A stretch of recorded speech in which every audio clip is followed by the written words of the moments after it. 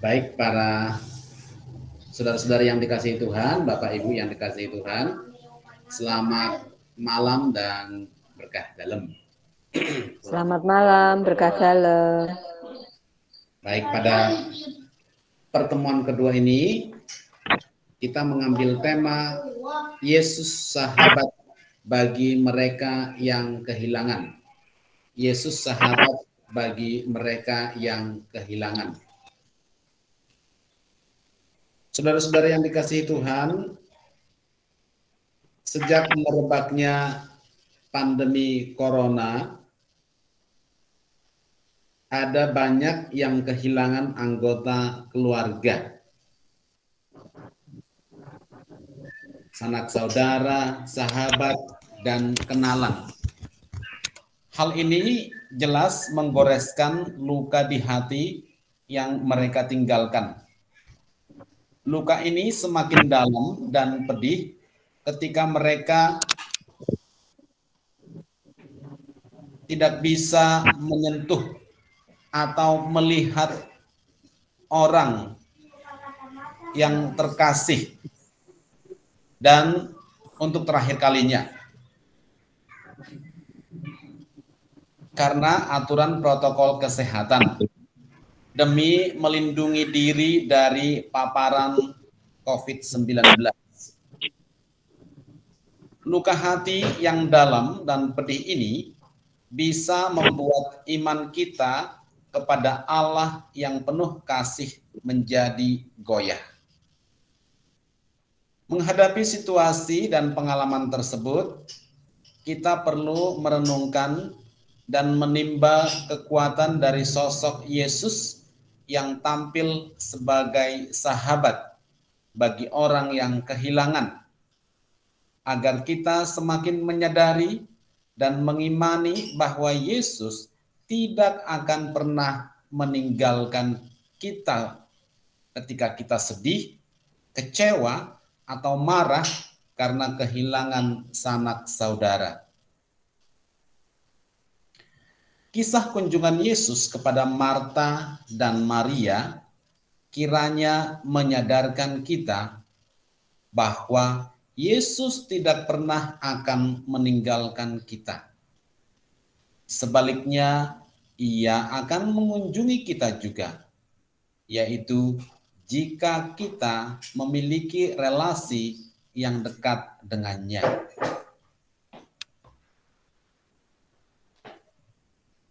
Baik, mari kita mulai pertemuan pada malam hari ini dengan tanda kemenangan Kristus. Dalam nama Bapa dan Putra dan Roh Kudus. Amin. Tuhan beserta kita sekarang dan selama-lamanya. Saudara-saudara yang terkasih dalam Kristus, dalam pertemuan kedua ini kita diajak untuk mendalami dan merenungkan perikop dari Injil Yohanes. Yohanes 11 ayat 1 sampai 45 yang menceritakan tentang Lazarus yang dibangkitkan.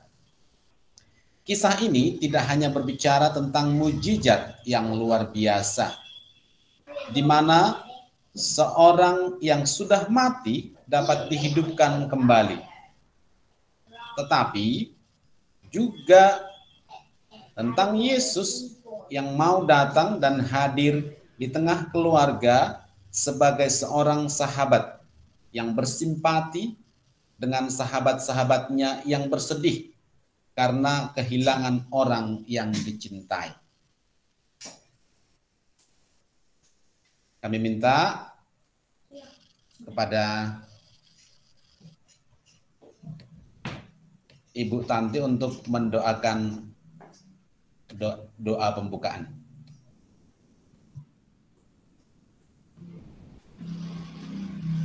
Marilah kita berdoa.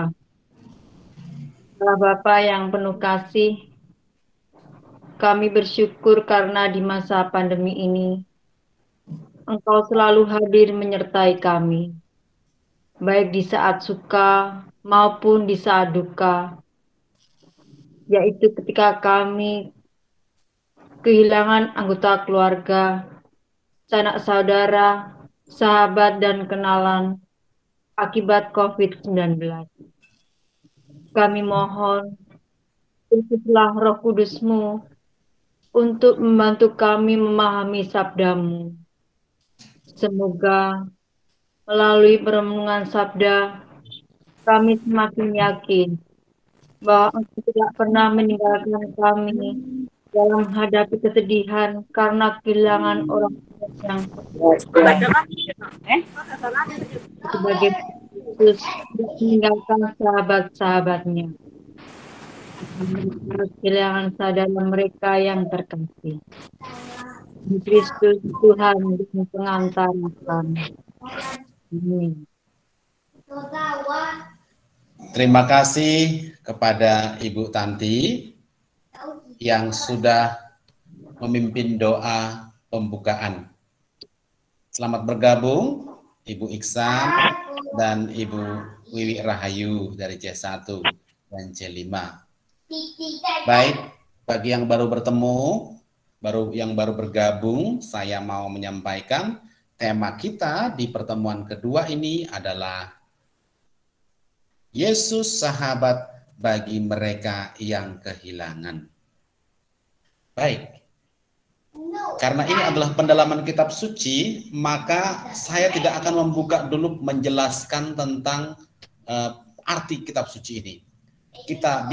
Biarkan kita sendiri yang mendalami, membaca berulang-ulang agar firman Tuhan ini makin meresap di hati kita. Oleh karena itu, seperti minggu yang lalu, ada 3 kali kita membaca firman Tuhan ini, kami minta dari kita untuk membacanya. Monggo, Ibu, siapa yang bisa ya? Kak Sanggam duluan aja. Yuk, Mama Sanggam. Yohanes 11 ayat 1 sampai 45. Ada seorang yang sedang sakit, namanya Lazarus. Ia tinggal di Betania, kampung Maria dan adiknya Marta. Maria ialah perempuan yang pernah meminyaki kaki Tuhan dengan minyak mur dan menyekanya dengan rambutnya. Dan Lazarus yang sakit itu adalah saudaranya. Kedua perempuan itu mengirim kabar kepada Yesus. Tuhan, dia yang engkau kasihi sakit. Ketika Yesus mendengar kabar itu, ia berkata, penyakit itu tidak akan membawa kematian, tetapi akan menyatakan kemuliaan Allah, sebab oleh penyakit itu, anak Allah akan dimuliakan. Yesus memang mengasihi Marta dan kakaknya dan Lazarus. Namun setelah didengarnya bahwa Lazarus sakit, ia sengaja tinggal 2 hari lagi di tempat di mana ia berada. Tetapi sesudah itu ia berkata kepada murid-muridnya, mari kita kembali lagi ke Yudea. Murid-murid itu berkata kepadanya, Rabi, baru-baru ini orang-orang Yahudi mencoba melempari engkau. Masih maukah engkau kembali ke sana? Jawab Yesus, bukankah ada 12 jam dalam satu hari? Siapa yang berjalan pada siang hari, kakinya tidak terantuk, karena ia melihat terang dunia ini. Tetapi jikalau seorang berjalan pada malam hari, kakinya terantuk, karena terang tidak ada di dalam dirinya. Demikianlah perkataannya, dan sesudah itu ia berkata kepada mereka, Lazarus, saudara kita, telah tertidur, tetapi aku pergi ke sana untuk membangunkan dia dari tidurnya. Maka kata murid-murid itu kepadanya, Tuhan, jikalau ia tertidur, ia akan sembuh. Tetapi maksud Yesus ialah tertidur dalam arti mati, sedangkan sangka mereka, Yesus berkata tentang tertidur dalam arti biasa. Karena itu, Yesus berkata dengan terus terang, Lazarus sudah mati. Tetapi syukurlah, aku tidak hadir pada waktu itu, sebab demikian lebih baik bagimu, supaya kamu dapat belajar percaya. Marilah kita pergi sekarang kepadanya. Lalu Thomas yang disebut Didimus berkata kepada teman-temannya, yaitu murid-murid yang lain, "Marilah kita pergi juga untuk mati bersama-sama dengan dia." Maka ketika Yesus tiba, didapatinya Lazarus telah 4 hari berbaring di dalam kubur. Betania terletak dekat Yerusalem, kira-kira 2 mil jauhnya. Di situ banyak orang Yahudi telah datang kepada Marta dan Maria untuk menghibur mereka berhubung dengan kematian saudaranya. Ketika Marta mendengar bahwa Yesus datang, ia pergi mendapatkannya. Tetapi Maria tinggal di rumah. Maka kata Marta kepada Yesus, "Tuhan, sekiranya Engkau ada di sini, saudaraku pasti tidak mati.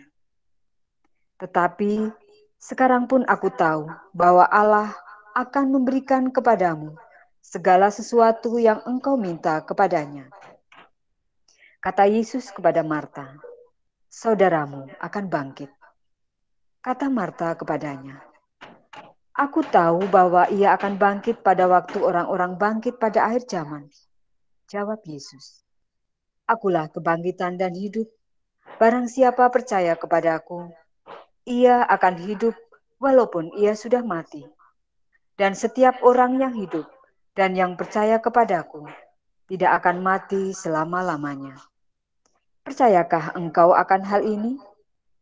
Jawab Marta, "Ya Tuhan, aku percaya bahwa Engkaulah Mesias Anak Allah, Dia yang akan datang ke dalam dunia."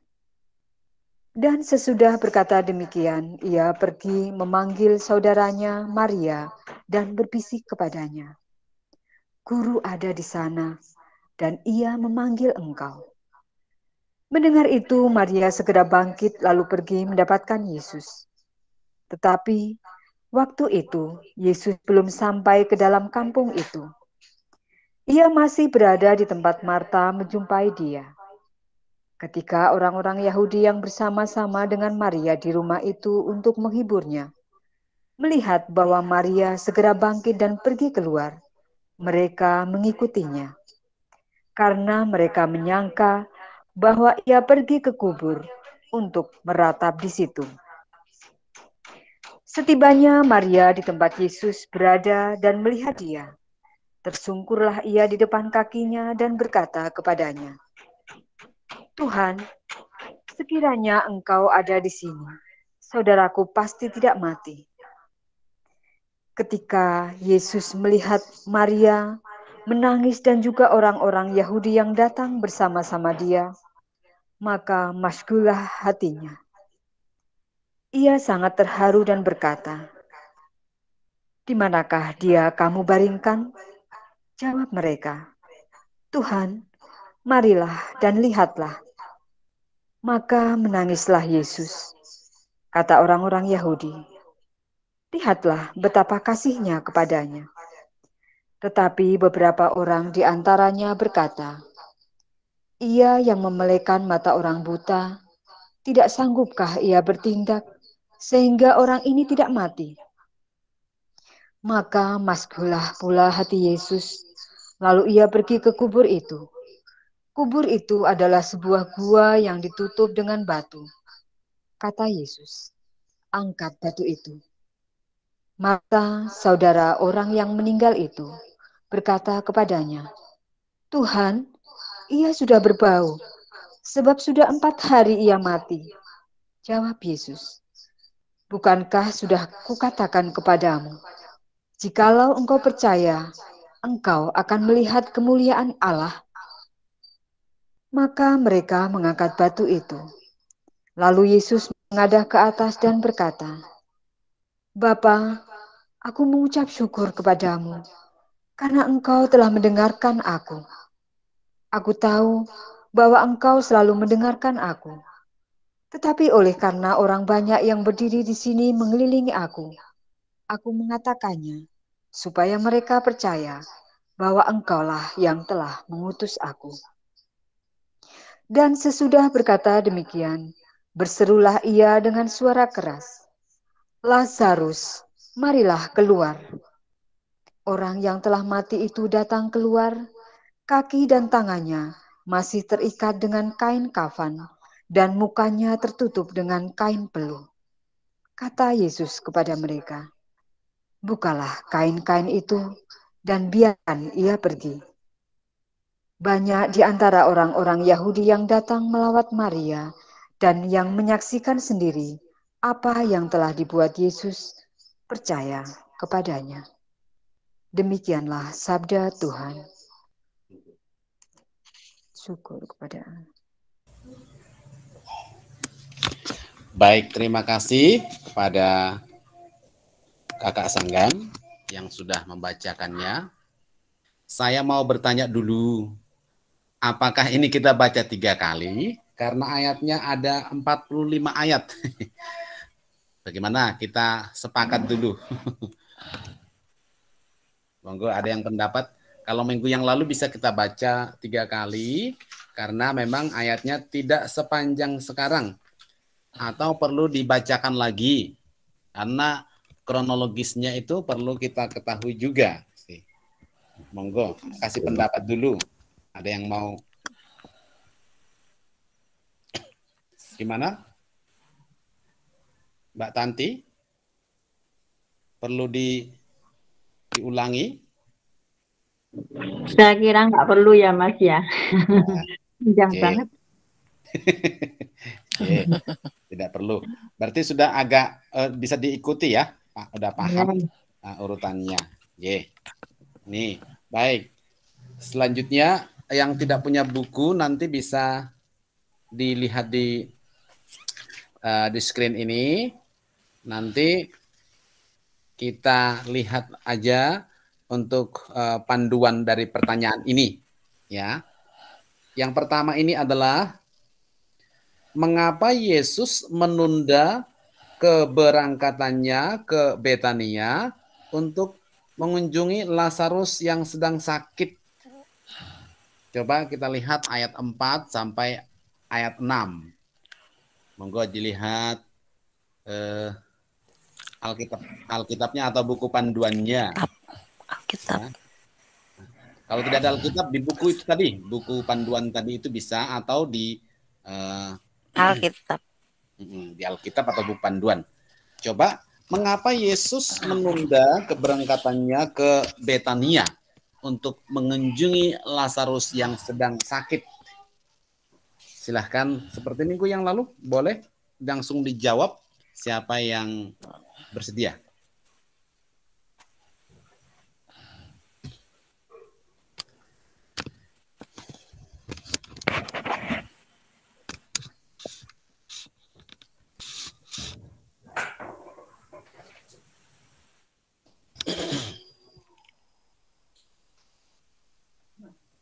Yang pertama dia bawa penyakit itu.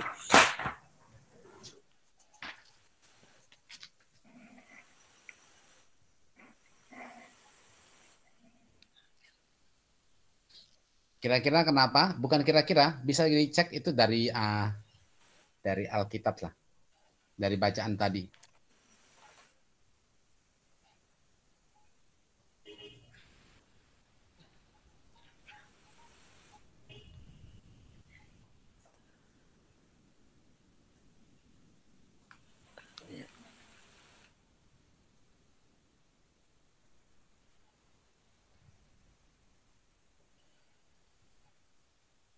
Ya, silahkan, Kakak Sanggam. Karena penyakit itu tidak akan membawa kematian. Karena penyakit itu tidak membawa pada kematian. Coba kita lihat ya, ketika Yesus mendengar kabar itu, ia berkata, penyakit itu tidak akan membawa kematian, tetapi akan menyatakan kemuliaan Allah. Sebab oleh penyakit itu, anak Allah akan dimuliakan.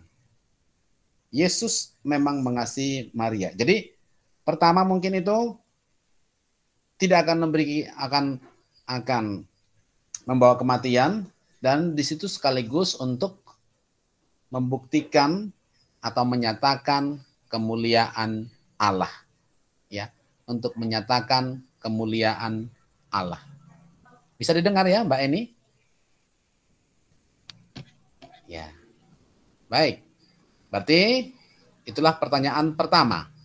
Pertanyaan kedua, monggo aku minta dulu membacakannya Mbak Eni.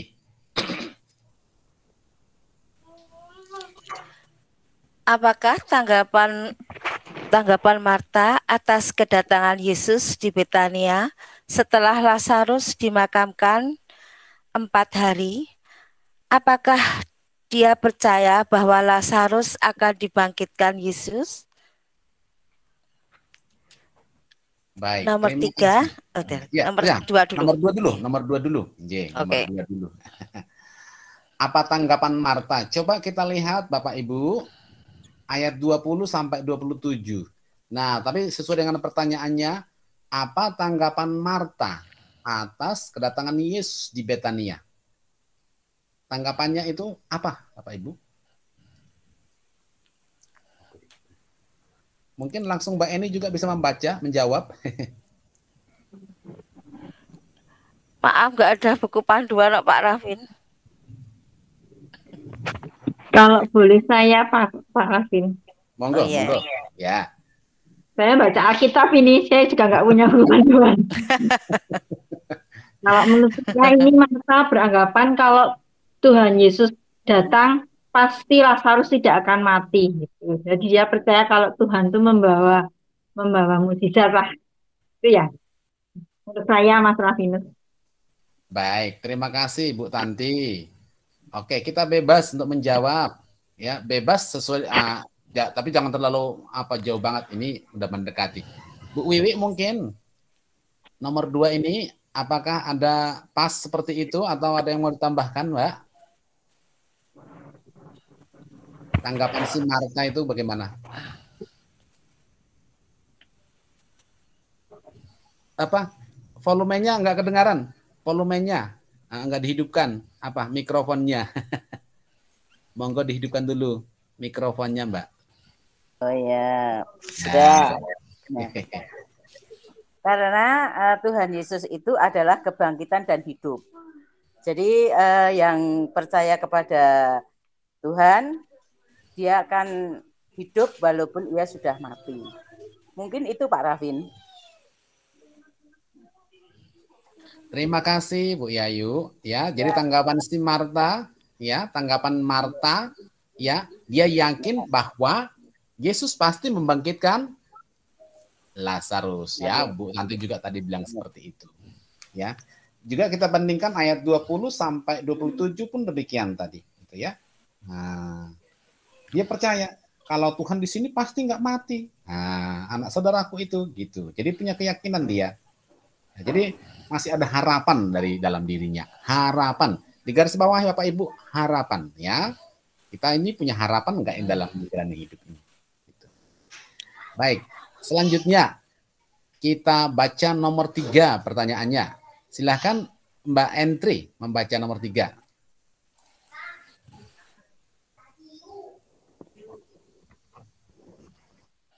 Apa reaksi Maria ketika berjumpa dengan Yesus? Silahkan, yuk. Reaksi Maria. Sekarang kita lihat reaksi Maria. Si Marta juga tadi ada sedikit tadi seandainya Tuhan di sini pasti dia saudaraku tidak meninggal gitu. Jadi kalau si Maria bagaimana? Coba kita bandingkan dengan ayat 28 sampai 32. Sambil kita lihat bersama Alkitabnya, ya.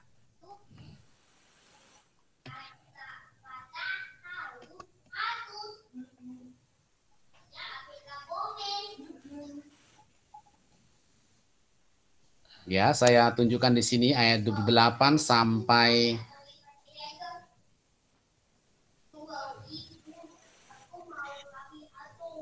32. Nah, coba diperhatikan di sini ya.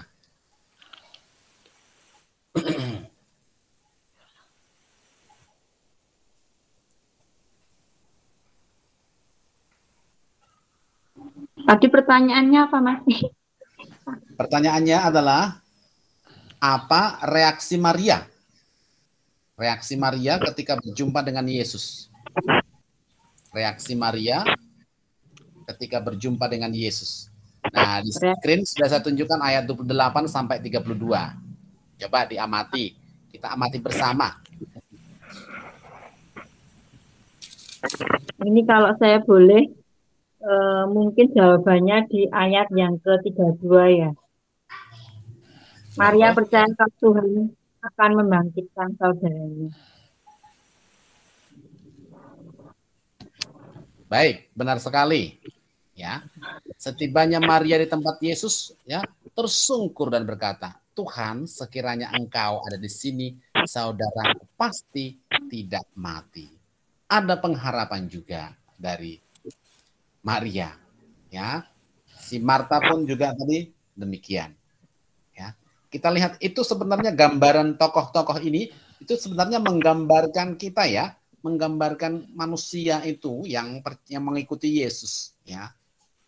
Nah, sekiranya tadi aku nggak pulang tadi mungkin nggak terjadi, sering kita kayak gitu mungkin ya, misalnya ada kasus kejadian.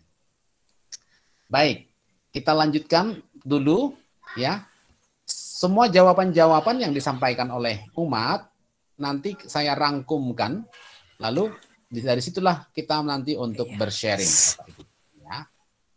Oke, nomor 4 monggo Ibu Iksan bisa membaca ini nomor 4 pertanyaannya. Silahkan Bu, kalau bisa. Nomor 4, membaca pertanyaannya, bisa?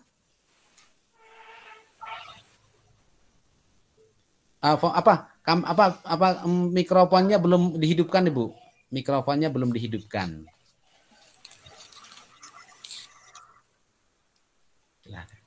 Belum dihidupkan, belum. Yang ada kayak mikrofon itu loh. Dipencet. Belum. Mic. Gambar mic dilihat, gambar mic.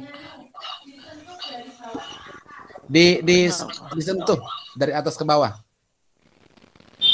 Nah, dilihat mic-nya. Udah hidup tadi sudah hidup.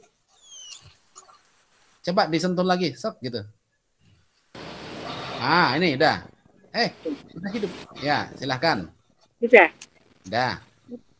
Mengapa hati Yesus sangat terharu sampai menangis? Baik. Mengapa hati Yesus sangat terharu sampai menangis? Coba dilihat panduannya. Ayat 33 sampai 37. Mengapa sampai terharu dan menangis? Kira-kira kenapa?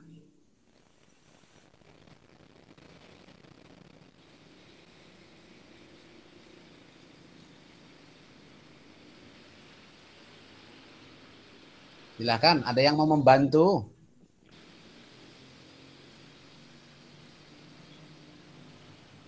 Maka menangislah Yesus. Nah, itu. Kenapa? Kira-kira kenapa menangis? Mbak Eni atau Abang mau menjawab? Atau ya. Semua kita? Silakan Bang. Ya. Yesus menangis karena dia melihat temannya atau sahabatnya Lazarus meninggal, tetapi dia sangat dikasihi oleh sanak saudaranya, sehingga dengan harapan yang besar dan percaya kepada Yesus bahwa Yesus akan menyembuhkan dan menghidupkan Lazarus. Baik, terima kasih Bang. Jadi tangisnya, harunya itu adalah apa ya? Melihat cintanya siapa? Cintanya Maria dan Marta kepada Lazarus, ya, sehingga dia punya harapan besar bahwa Yesus nanti akan berharap pada Tuhan pasti menyembuhkannya, begitu. Jadi yang ditangisi itu bukan karena meninggalnya itu aja, tapi yang ditangisi betapa cintanya mereka ini, betapa cintanya. Baik, terima kasih untuk pertanyaan-pertanyaan dan jawaban yang kita sampaikan. Ya, ini masih seputar informatif ini. Baik, kita lanjutkan sebelum penjelasan teks, mari saya merangkum dan kita seperti minggu yang lalu, silahkan bercerita, silahkan mengungkapkan apa yang ada dalam hatinya sebagai penguat bagi saya, bagi teman-teman kita, khususnya yang ada di link ini.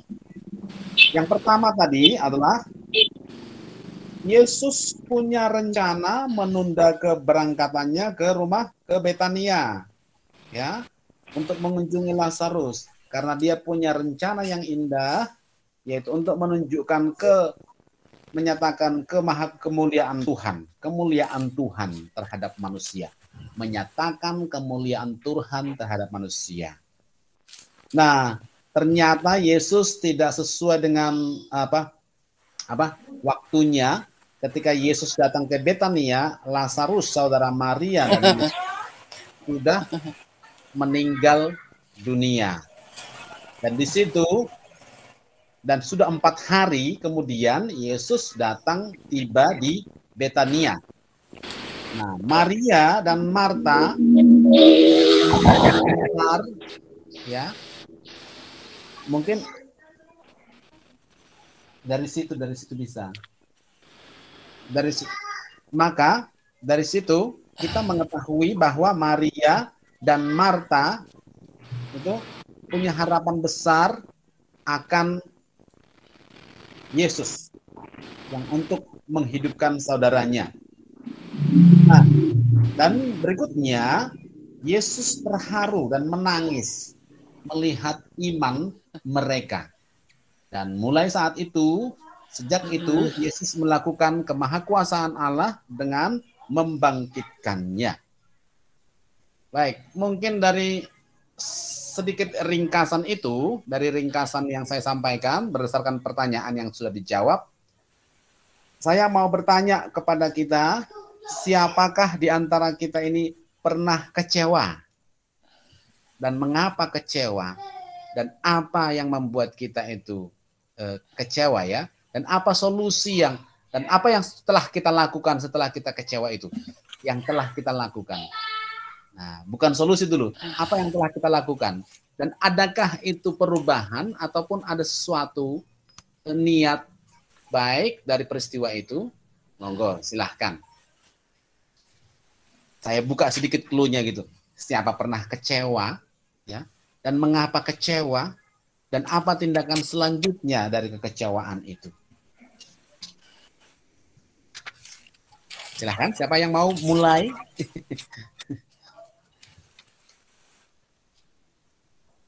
Mbak Eni, pernah kecewa enggak? Ya, manusiawi kita memang pernah merasa kecewa. Apa yang dirasakan kita bisa menimbulkan kecewaan itu. Kita sudah berbagai upaya dengan segala kebaikan, dengan sepenuh hati, ikhlas kita membantu. Ternyata apa yang diharapkan dari kita, mereka membalas dengan kekecewaan yang membuat diri kita merasa tersinggung. Jadi kita sudah berupaya sebaik mungkin, setulus mungkin, sampai pengorbanan waktu yang sia-sia kita buat untuk teman kita, ternyata orang itu malah begitu mengecewakan kita, tidak merespon.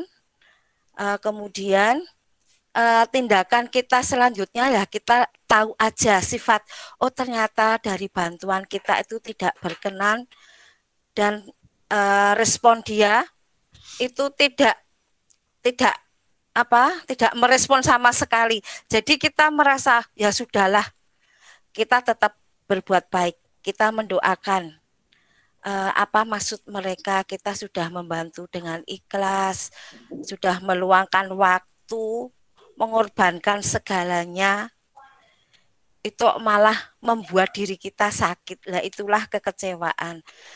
Dari solusi kita, ya sudahlah, kita tetap berbuat baik kepada mereka.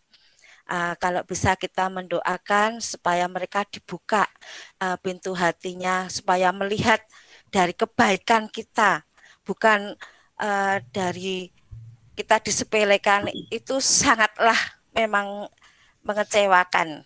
Begitu Pak Rafin, dari segi singkatnya, saya pernah merasakan itu. Baik, terima kasih Mbak Eni. Iya. Bu Iksan pernah kecewa, dan apa tindakannya akibat kekecewaan itu? Nah, mic-nya dihidupkan lagi, Bu. Mic-nya dihidupkan lagi. Kayak tadi, ya.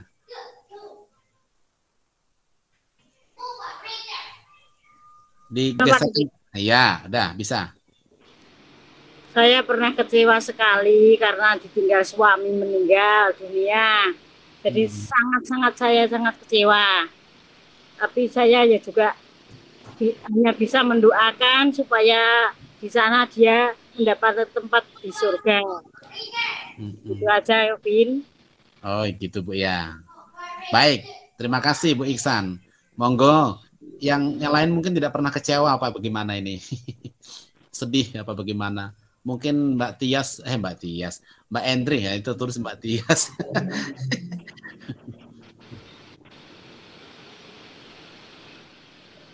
Iya Pak, ya pastinya sebagai manusia pernah kecewa lah Pak. Seringkali kan orang lain mengecewakan apa yang kita inginkan, kadang tidak sesuai seperti apa yang mereka inginkan, mempunyai keinginan sendiri-sendiri, ya itu yang membuat kita kecewa. Tapi kalau saya ya sudah diam aja, kita doakan aja. Gitu aja Pak Rafin, terima kasih. Baik, terima kasih Mbak Entri. Saya sebelum nanti lanjut Mbak Yui, aku dulu tak buka sedikit lagi supaya lebih agak personal ya. Saya dari banyak umur saya sampai sekarang ini tentu banyak kekecewaan, tapi saya pilih dulu satu kekecewaan saya itu.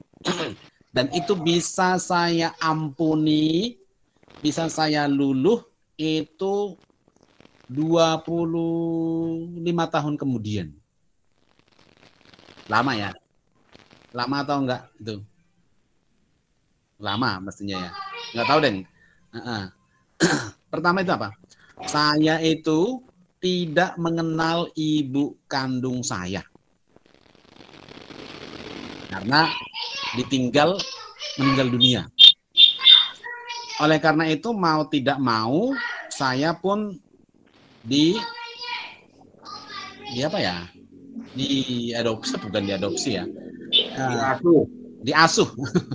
diasuh oleh ya masih keluarga ya, kakak ipar. Dan taulah bagaimana kalau diasuh oleh yang bukan orang tuanya, ya, merasa tidak seperti anak yang lain, tidak boleh bermain seperti anak yang lain, harus mengikuti aturan-aturan yang ada, gitu. Dan itu membuat saya waktu itu agak-agak minder. Mungkin dimatikan dulu mic-nya, Bu Iksan, mic-nya.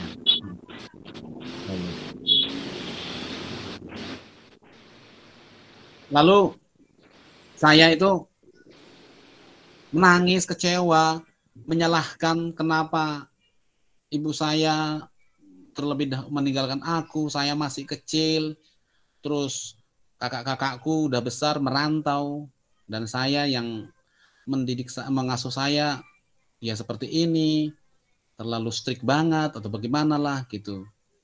Lalu punya ibu sambung lagi dan tidak diperhatikan. Pokoknya di hati ini mendongkol dan pingin lari gitu. Nah, akibat dari kejadian itu, saya itu orangnya tidak penakut kemanapun. Tidak penakut. Sudah ada istilahnya nekat lah. Udah nekat ya mati gitu. Ya udah. Jadi kalau sedikit dibuat kecewa oleh orang atau teman itu, ya biar aja. Saya diamkan aja. Saya tidak mau duluan untuk saya tidak mau duluan untuk lebih dahulu untuk minta berteman lagi dengan dia. Tak diamkan aja. Orang aku juga sudah diperlakukan seperti ini dari kecil. Ya udah, ya mati sendiri aja. Jadi dalam hati itu sudah mendongkol. Nah, itu terbawa terus, akhirnya ada apa ya? Dibilang ego mungkin juga bisa ya, karena harus ada menang sendiri lah untuk membela diri ya, untuk mempertahankan diri dari segala macam apa kekecewaan-kekecewaan yang ada di sekitar itu. Nah, cuman untung bisa diimbangi dengan apa ya? Di sekolah itu bisa agak kebetulan prestasinya ada gitu, jadi tertutupi dengan itu. Nah, dan itu mulai memaafkan itu sejak saya masuk seminari tinggi. Di seminari menengah masih belum. Di seminari tinggi itu oleh Romo disuruh membuat peta batin saya. Peta batin untuk mengampuni orang-orang yang merasa kamu paling mengecewakanmu. Siapa yang paling mengecewakanmu? Waktu itu saya tidak memikirkan bahwa orang tua saya sendiri yang mengecewakan aku. Hanya orang-orang lain. Tapi Romo mengatakan, cari lebih dalam lagi, teliti di mana penyebab utamamu. Kenapa kamu kadang-kadang berkecil hati? Nah, saya lihat ini skemanya ini, kamu kok mengatakan kecil hati. Oh, ternyata setelah saya telusuri, akibat ditinggal oleh orang tua, ibu sendiri yang tidak dikenal, dan itu ternyata anak kecil itu sangat membekas secara psikologi. Membuat dia itu sangat benci terhadap terhadap ibu-ibu, terhadap wanita, ya. Sudah makin anti.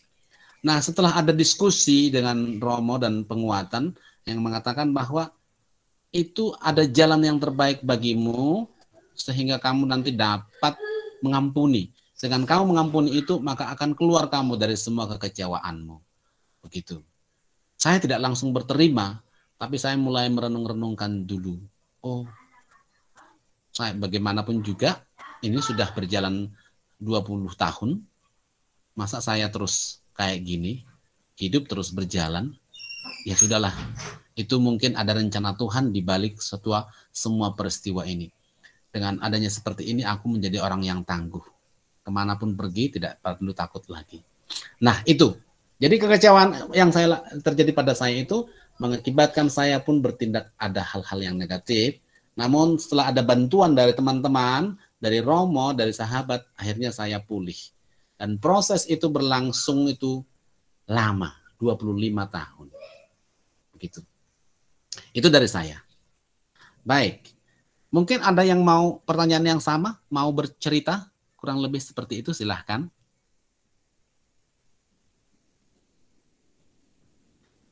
Monggo, Mbak Wiwi mungkin pernah kecewa?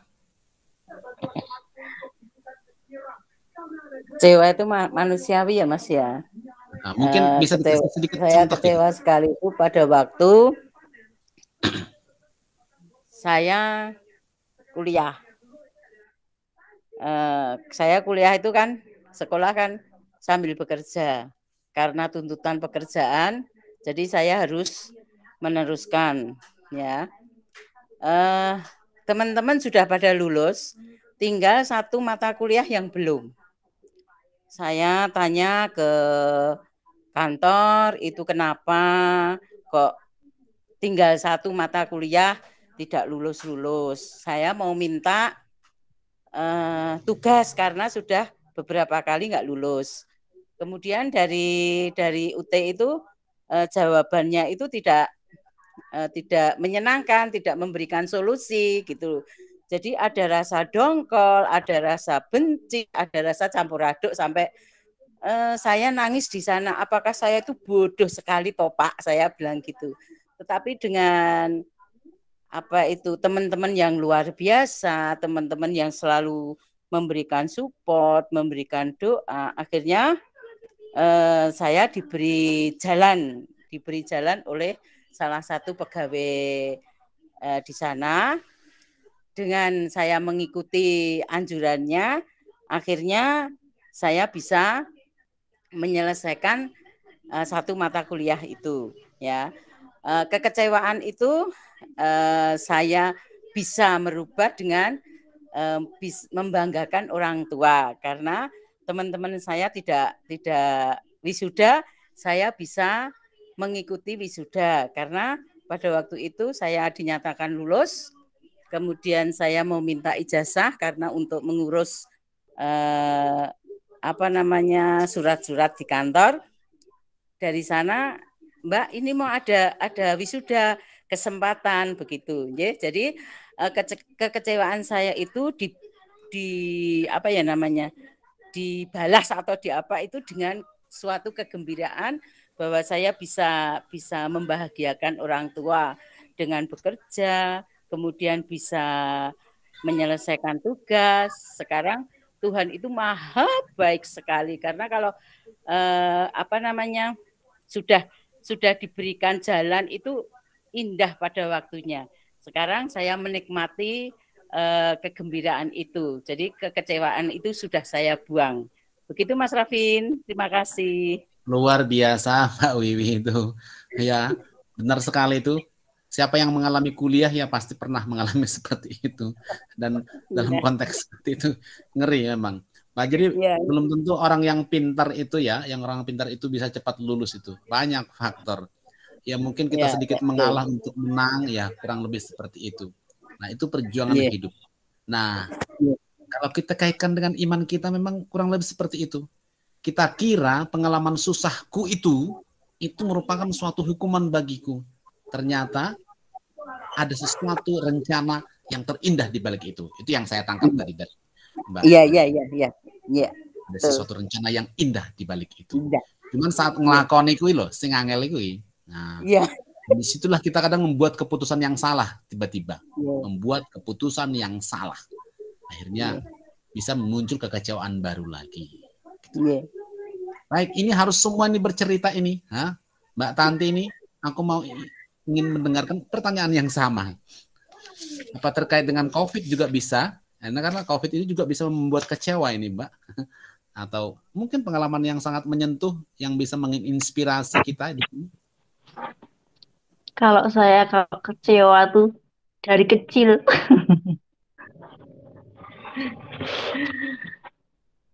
Tapi saya bersyukur kalau dulu aku enggak kecewa atau enggak sedih, mungkin aku tidak menjadi manusia yang bermental kuat. Gitu aja. Imanku enggak mungkin kuat seperti sekarang. Dari kecil kan saya sudah ditinggal orang tua, tapi bapak kan, tapi kehidupan keluarga kami ya sebetulnya susah. Jadi saya harus bagaimana caranya membantu orang tua yang tinggal ibu. Adik ada 3. Jadi setiap hari, waktu itu saya masih SMP kelas 1 semester 1. Adik saya paling kecil 4 tahun. Jadi kalau saya dulu tidak ada teman curhat sih ya, tapi saya curhatnya ke gereja. Tiap pagi ke gereja. Setiap pagi cuma saya minta saya bisa bantu orang tua, saya bisa sekolah sampai selesai. Karena beban saya ada 3. Saudara-saudara saya dari keluarga bapak tidak begitu simpati dengan keluarga kami, karena keluarga kami kan Katolik. Mereka kan orang Islam. Ayah saya kan pindah Katolik. Jadi ya gimana ya, yang saya alami gitu. Tapi saya bersyukur karena Tuhan selalu mengabulkan doa saya. Sampai saya seperti ini, sampai saya bisa menuntaskan adik-adik dan merit. Panjang banget pokoknya, tapi saya sampai sekarang saya bersyukur karena Tuhan tidak pernah meninggalkan saya. Saya semakin dikuatkan iman saya dan mental saya semakin kuat. Jadi kalau mungkin ada orang yang benci atau ada orang yang begini dan begitu, saya mungkin ya kayak Mas Rafinus, cuek aja lah. Aku nggak ganggu mereka, nggak ngurusi mereka. Aku ya ini ya aku. Gitu.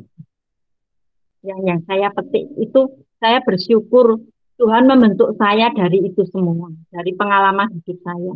Itu Mas Rafin. Luar biasa pengalaman Mbak Tanti juga. Ya, kembali ada satu hal yang saya petik tadi dari Mbak Tanti itu. Dan saya lihat sendiri sih, udah berapa lama kita kenal, kelihatannya semangat terus gitu, bakoh gitu, semangat terus. Amin. Gitu. Aku itu saya garis bawah itu, saya renung-renungkan itu. Oh iya betul deng. Kalau kita langsung ngelokro juga ya ngapain? Apa juga? Siapa yang mau menolong kita? Kurang lebih begitu ya. Iya. Bukan saya, siapa lagi gitu. Diiringi dengan doa juga itu. Iya. Baik, terima kasih Mbak Tanti sharingnya, sangat Iya. membantu saya. Ini ada yang belum ini? Apa nih? Atau Mama Kenzo ini mau cerita, Mah? Mama Kenzo itu ya betul. Tidak cuma nyoting, merekam. Monggo, Mah. Kita di ruang yang berbeda ini. Gimana ya diganggu anaknya itu?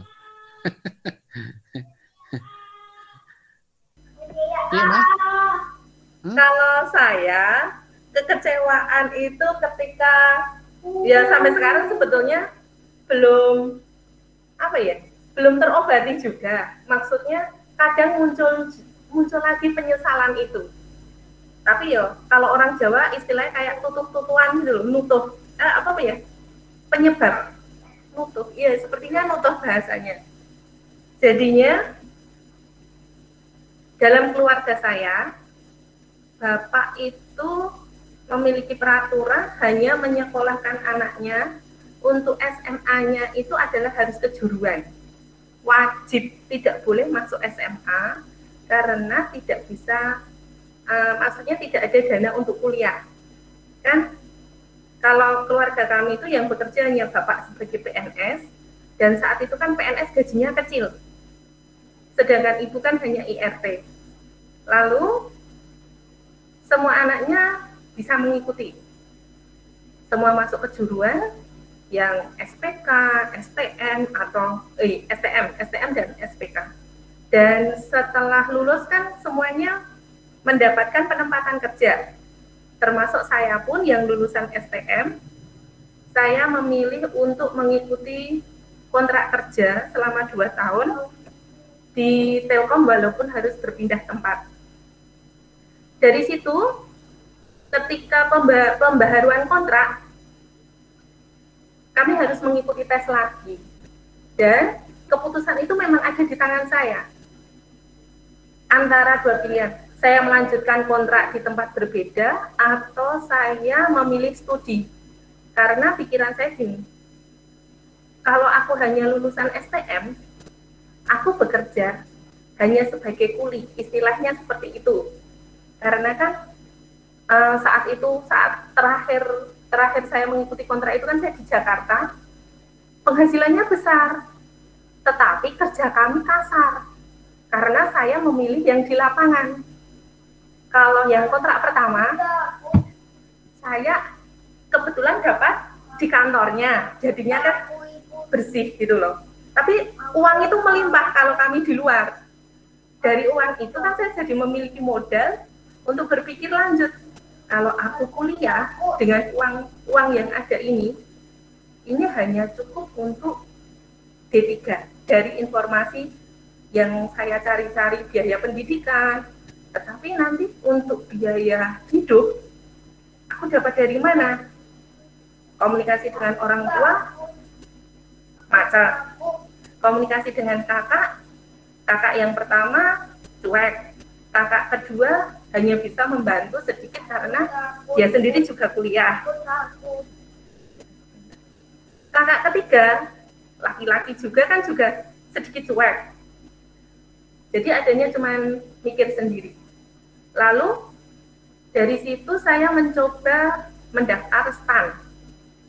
Belum sampai mengikuti tes, hanya sampai pendaftaran saja. Ternyata di situ saya mendapatkan informasi jika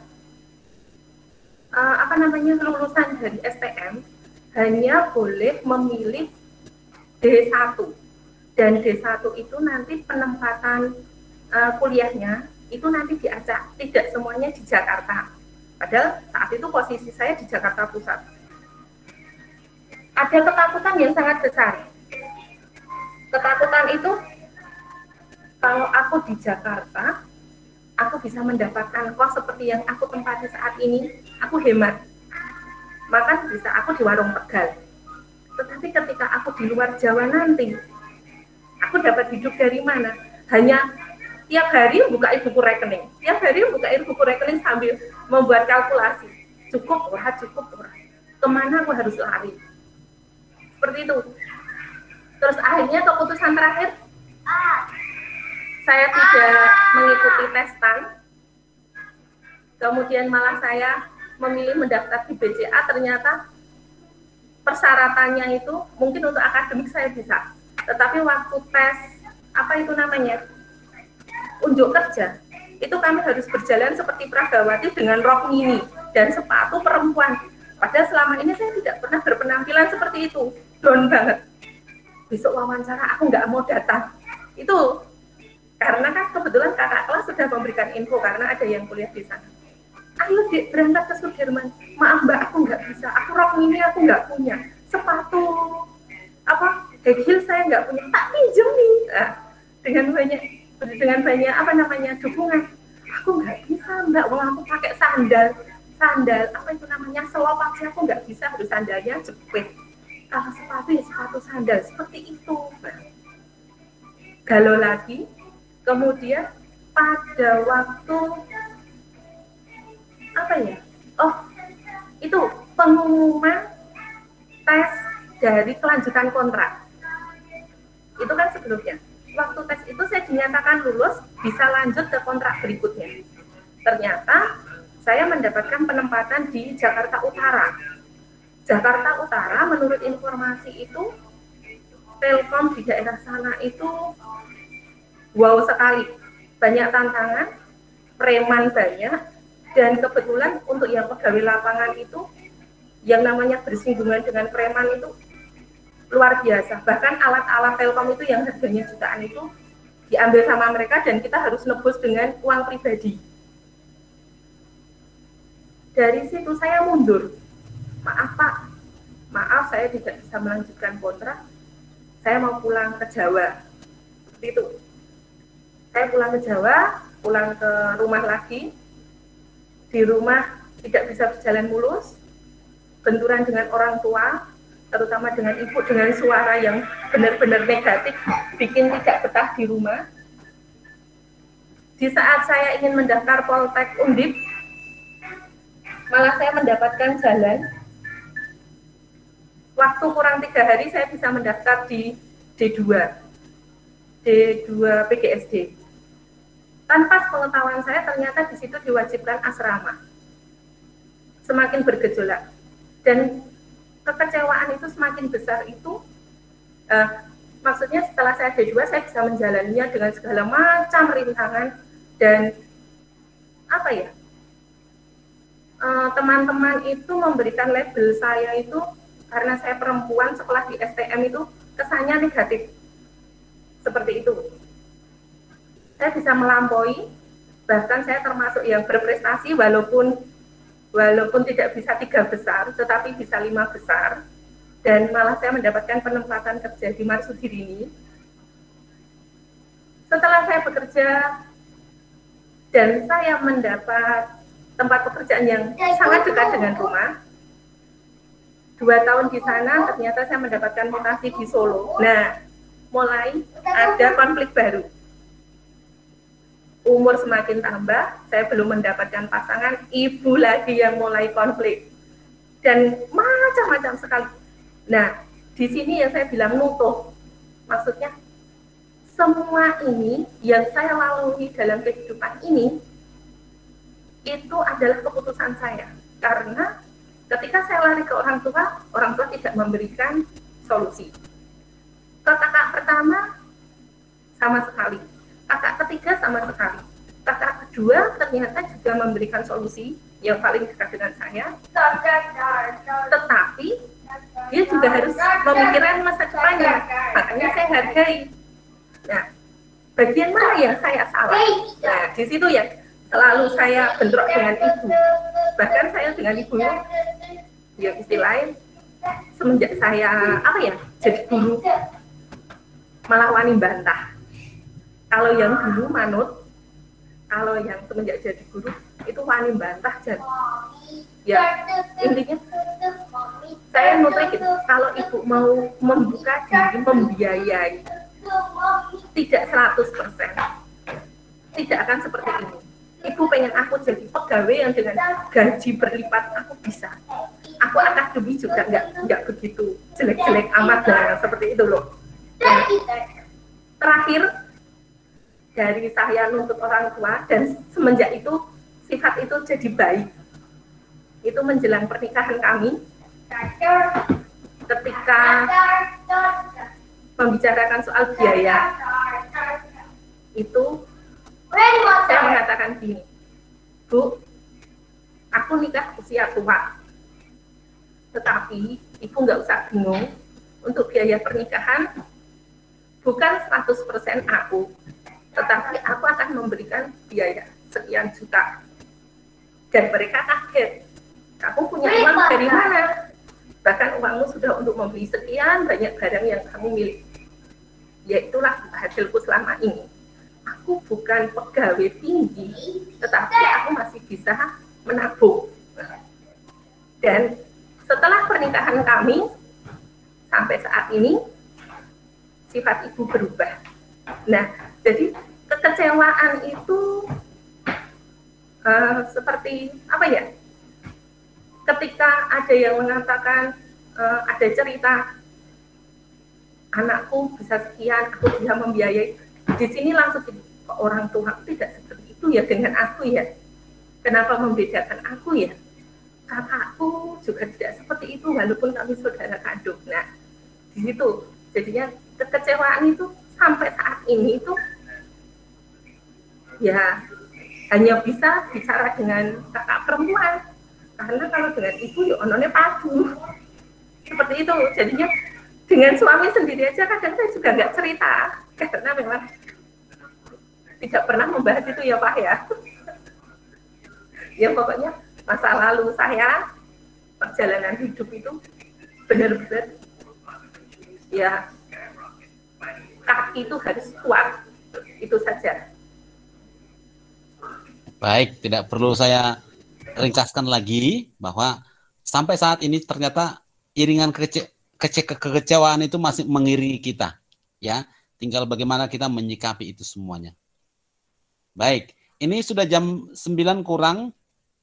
Kakak mau bercerita atau Bang Sanggam atau sesuatu dengan pertanyaan yang sama? Tidak, Bang Sanggam? Sudah? Baik. Terima kasih atas sharingnya, luar biasa semua ini. COVID pandemi ini juga kadang membuat kita banyak kecewa, pekerjaan juga bisa menjadi berkurang, seperti aku, ya. Pendapatan juga menurun banget akibat pandemi ini. Tidak bisa lagi melatih KUR selain pelayanan di wilayah dan paroki, tidak bisa lagi ke balai kota atau kemana. Bikin kecewa juga. Tapi setelah 1 tahun lebih ini malah jadi mapan stay at home saya ini. Mau dibuka lagi PTM, saya malah nggak terlalu suka lagi. Pingin seperti ini sambil ngomong anakku. Jadi ternyata kekecewaan di awalnya bisa menjadi bisa dinikmati juga ya, kekecewaan. Nah, terkait dengan pendalaman pada malam hari ini, jelas-jelas bahwa Yesus kita itu ternyata sahabat yang bagi mereka yang kehilangan, bagi mereka yang kecewa, bagi mereka yang kehilangan keluarga ataupun sahabat. Ternyata aku, Rafin, jenengan dengan nama sendiri-sendiri itu pernah mengalami kekecewaan, bahkan sering, bahkan mengiringi kita sepanjang hari. Namun kita harus yakin dan percaya Tuhan Yesus akan mengiringi kita sepanjang hidup kita itu. Dan jangan lupa, ingat, ketika Anda kecewa, ketika aku kecewa, di balik itu Tuhan punya rencana yang lain. Ya, Tuhan punya rencana yang lain. Bukan kita mati ataupun kehilangan semangat lagi, namun kita dijadikan cambuk untuk memperkuat diri sehingga kita tetap teguh dalam iman kita. Amin. Baik, saudara-saudara yang dikasihi Tuhan, pertanyaan permenungan pada kita pada malam hari ini akan saya bacakan, ya. Yang pertama adalah, apakah aku dan keluarga aku pernah merasa mati atau kecewa? Ya, tentunya iya. Nomor 2, sejauh mana aku menyadari kehadiran Tuhan dalam peristiwa sedih dan getir itu? Sejauh mana? Tadi sudah cerita panjenengan semua. Ada yang sampai ngedrop, tapi ada juga tetap bersemangat. Apakah aku masih memiliki iman bahwa Tuhan akan datang mengunjungiku? Mungkin di antara kita yang di link ini, ya masih. Buktinya kita masih sharing di sini. Pernahkah aku atau keluarga aku mengalami mujizat yang luar biasa dan tidak masuk akal akan dalam mimpi dalam hidupku? Pernahkah? Kalau aku, iya, sering itu. Ya. Bagaimanakah reaksi dan sikapku ketika mengalami hal itu? Apakah semuanya itu semakin menambah dan menguatkan imanku kepada Tuhan? Ataukah aku menganggapnya sebagai kebetulan belaka? Orang Katolik tidak boleh mengatakan kebetulan, tapi ketetapan dari Tuhan. Aku kenal dengan lingkungan C1, kenal dengan keluarga Bu Parmin, itu bukan kebetulan, tapi ketetapan Tuhan. Melalui mereka, aku mengenal yang lain. Melalui kegetiran hatiku, aku kenal yang lain. Begitu. Aku tidak melupakan lingkungan di mana aku pertama kali di Solo. Berikutnya, sudahkah aku bersikap seperti Yesus yang datang dan hadir untuk memberikan penghiburan dan semangat hidup bagi orang yang mengalami kesedihan karena kehilangan orang yang dicintai? Nomor 5, apakah aksi nyata yang aku lakukan selama seminggu ke depan ini? Di pertanyaan terakhir ini, mari kita ubah kekecewaan itu menjadi semangat baru. Semoga firman Tuhan yang kita dalami pada malam hari ini dapat mengubah kita atau bahkan menguatkan hati kita menjadi orang yang tangguh, penuh dengan effort yang luar biasa. Amin. Sebelum kita tutup dengan doa umat, apakah ada yang mau menambahkan? Ada yang mau menambahkan? Kalau tidak ada, kita lanjutkan dengan doa umat. Monggo dari panjenengan untuk menyampaikan doa-doanya. Saya memandu mengawali, nanti jenengan sendiri yang menyampaikan. Marilah kita berdoa. Allah Bapa kami, Engkaulah tumpuan hati kami. Jika kami mengalami kesulitan, Engkau dengan tepat waktu membantu dan mengarahkan kami. Kini Tuhan, kami putra-putrimu datang kepadamu untuk menyampaikan doa-doa permohonan kami. Maka dengarkanlah doa kami ini. Kami persilahkan.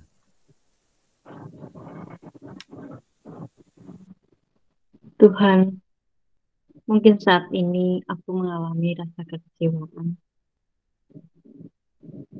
Tapi aku harus menjadi orang yang seperti Engkau kehendaki, sabar, rendah hati, tidak egois. Karena aku percaya Tuhan, Engkau punya rencana lain. Bila Engkau berkenan, senantiasa mendampingi kami, menguatkan kami, dan pernah Engkau meninggalkan kami, Tuhan. Kami mohon. Ya Tuhan.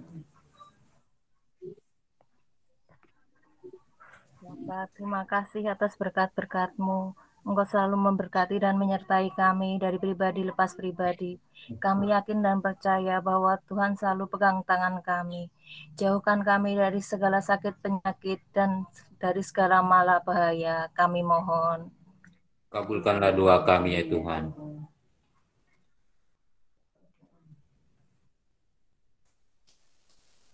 Tuhan Allah Bapa yang Maha Baik, sungguh kami bersuka cita di dalam nama-Mu Tuhan, karena pada malam hari ini Engkau mempertemukan kami lewat BKSN pertemuan yang kedua ini. Biarlah Tuhan lewat tema yang kami bahas pada malam hari ini, kekecewaan yang kami hadapi di dalam kehidupan kami, sungguh semakin menguatkan iman kami untuk mengikuti Engkau, dan kami yakin dan percaya kekecewaan yang kami hadapi adalah karena penyertaan Tuhan dan menjadikan kami semakin menyandarkan kehidupan kami ke dalam tangan-Mu. Kami mohon, Kabulkanlah doa kami, ya Tuhan. Tuhan Allah Bapa di surga, puji dan syukur kami aturkan kepadamu, karena berkat penyertaan-Mu pada kami. Tuhan, mampukan kami untuk senantiasa peduli kepada keluarga, sesama yang ada di sekitar kami, sehingga kami boleh memberikan penghiburan kepada saudara ataupun sesama kami yang saat ini sedang sedih ataupun sedang dirundung duka. Kami percaya Tuhan bahwa Engkau senantiasa menguatkan iman kami walaupun di saat-saat sulit seperti ini. Kami mohon, kabulkanlah doa kami, ya Tuhan. Ya Tuhan, kami juga berdoa bagi saudara-saudara kami yang ingin masih ikut PKSN namun karena suasana yang belum mengizinkan, mereka tidak bisa melaksanakannya. Bahkan untuk bergabung ke link seperti ini pun mereka tidak bisa karena beberapa faktor. Tuhan kuatkan mereka, semoga mereka di lain waktu Engkau berikan rencana yang terindah sehingga mereka ikut berpaguyuban seperti kami ini. Dan kami berdoa bagi saudara-saudara kami yang masih mengalami sakit, khususnya menderita virus corona, agar mereka Engkau sembuhkan ya Tuhan. Hingga kemarin Tuhan masih bertambah di negara kami ini, walaupun sudah menurun yang kena virus corona, sekitar 7.000 masih bertambah. Semoga hilanglah virus corona dari negara kami ini, agar makin pulihlah negara kami ini dan dunia ini. Namun kami yakin dan percaya Tuhan, di balik semua ini ada rencana yang indah dari-Mu kepada kami. Tuhan, kami sungguh-sungguh kadang kecewa dengan situasi pandemi ini. Namun Tuhan, Engkau masih luar biasa, masih memberikan kehidupan pada kami, agar semakin mendekatkan diri kepada-Mu. Kasihani kami Tuhan, agar tetap setia dalam situasi yang sulit ini. Kami mohon, kabulkanlah doa kami ya Tuhan. Marilah kita satukan doa kita ini dengan doa yang diajarkan oleh Kristus sendiri.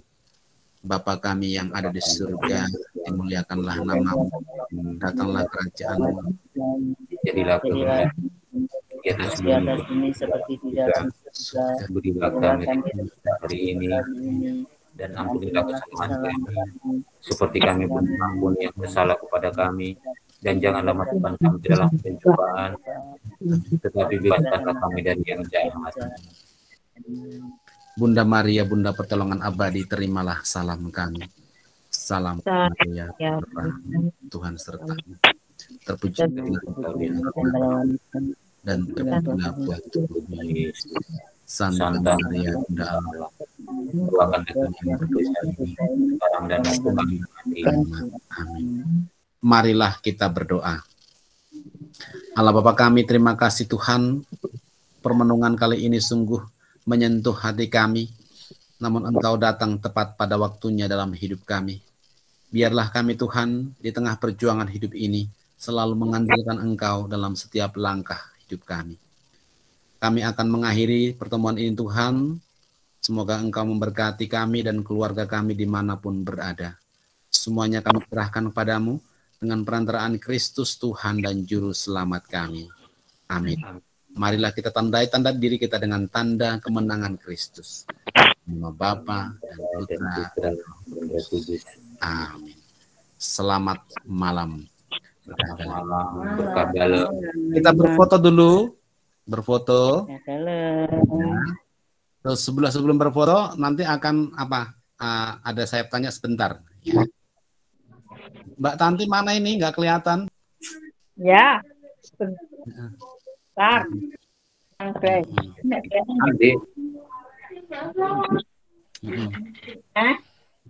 Ya, Mama juga dari situ di foto ya.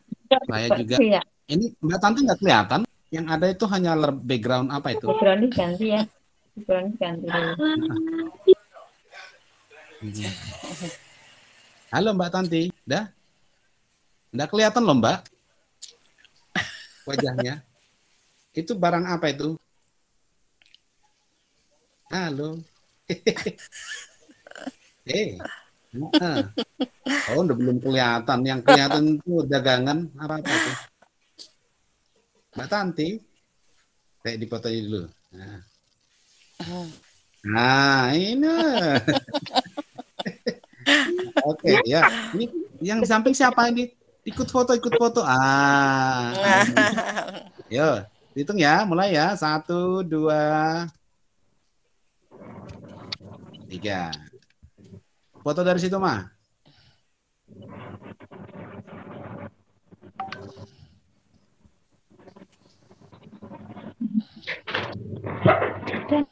Ya, nanti langsung dikirim. Oke.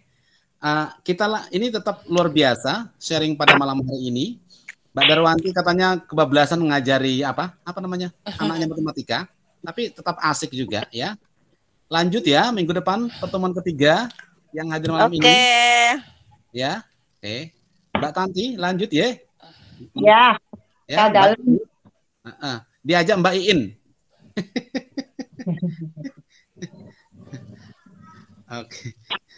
Ada pertanyaan? Ada pertanyaan ini? Tidak ada? Gimana kesannya? Evaluasi apa bagaimana? Evaluasi.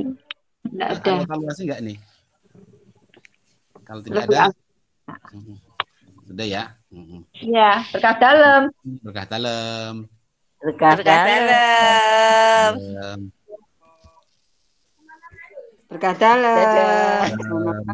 Semuanya. Ya.